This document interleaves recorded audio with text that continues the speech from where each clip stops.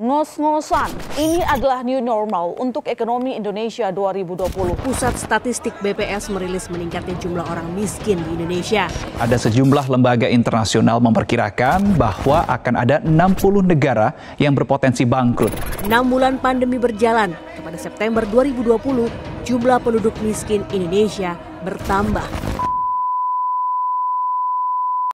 Tak dapat dipungkiri, pandemi tahun 2020 telah menjadikan banyak usaha mengalami masa yang sulit.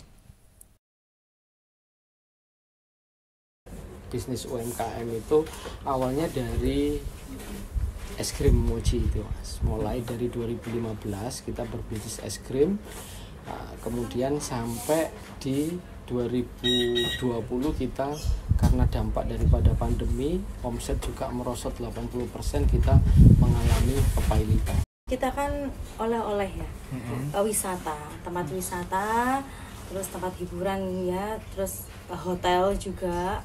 Jadi karena di situ pada saat lockdown, akhirnya kan tidak ada penjualan sama sekali. Di tempat wisata udah tutup, beberapa hotel juga sudah tutup. Akhirnya mencoba untuk satu bulan masih bertahan. Mereka bulan ketiga pada saat lockdown, pada saat pandemi.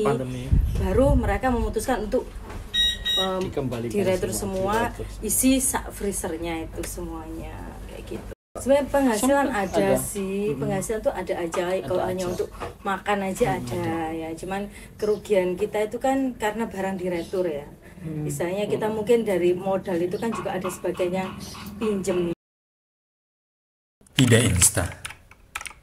Untuk bangkit kembali dari keterpurukan butuh waktu dan proses.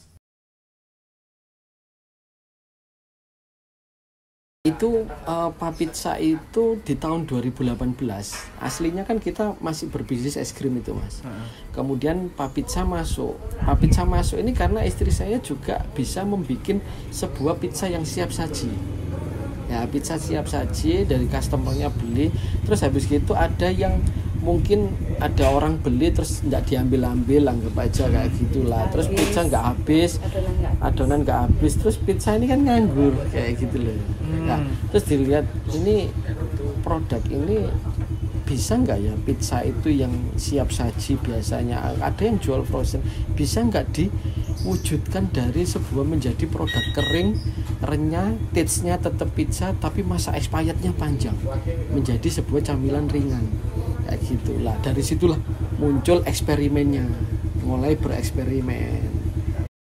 Bukan hal mudah. Eksperimen untuk snack pizza ini memakan waktu dan akhirnya bisa disempurnakan saat usaha es krimnya sudah gulung tikar. Sudah mulai terus jalan, ternyata kita jalani juga sekitar kurang lebih 6 bulan ya.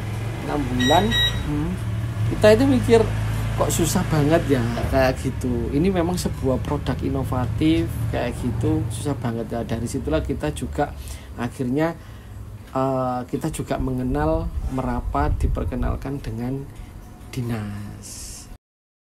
Yang jadi pertanyaannya, dinas apa dan apa andilnya sehingga membuat Pak Ruli dan Bu Riza tampak bahagia?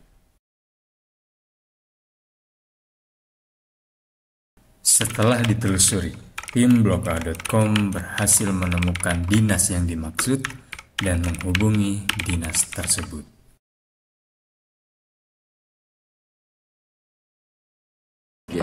Klinik bisnis ini program kita sejak 3 tahun kemarin ini sampai saat ini itu pelaksanaannya dilaksanakan setiap minggu, hari Selasa dan Kamis. Hari Selasa dan Kamis.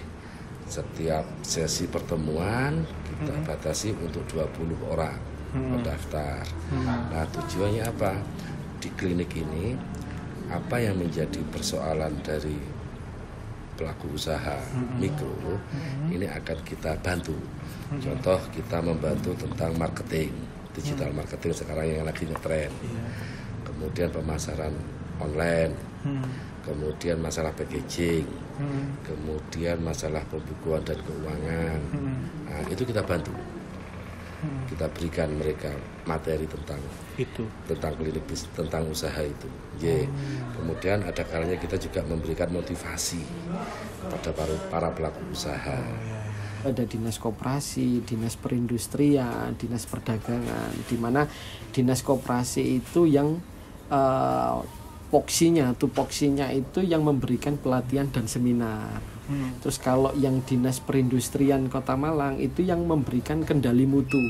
Tujuannya yaitu memberikan fasilitas kepada UMKM yaitu yang halal, membutuhkan halal, membutuhkan perizinan kemudian merek, terus kemudian nutrition fact kayak gitulah, sosialisasi tentang halal itu dinas perindustrian.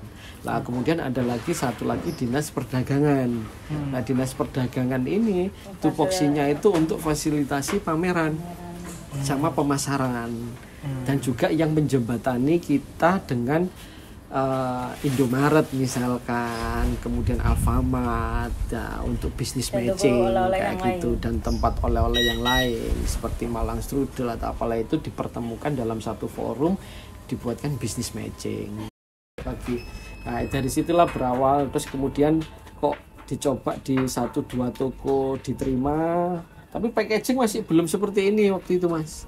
Saya ada packagingnya masih model lama, tapi secara taste rasa diterima sama market, sama toko diterima. Dan dari situlah mulai kita mulai terus butuh pendampingan, akhirnya dibuatkan desainnya. Sama Diskopindah dibuatkan desainnya, terus dicetakkan kemasannya waktu itu untuk tes pasar untuk tes pasar itu 500 lembar. Selain karena keteguhan dan keyakinan dari Pak Ruli dan Bu Riza, program klinik bisnis membuat kita memiliki harapan akan pulihnya perekonomian dan semakin menjelaskan bahwa kita tidak sendirian. Ada satu hal yang bisa kita tiru dari pengalaman pahit Pak Ruli yang mungkin bisa kita jadikan renungan.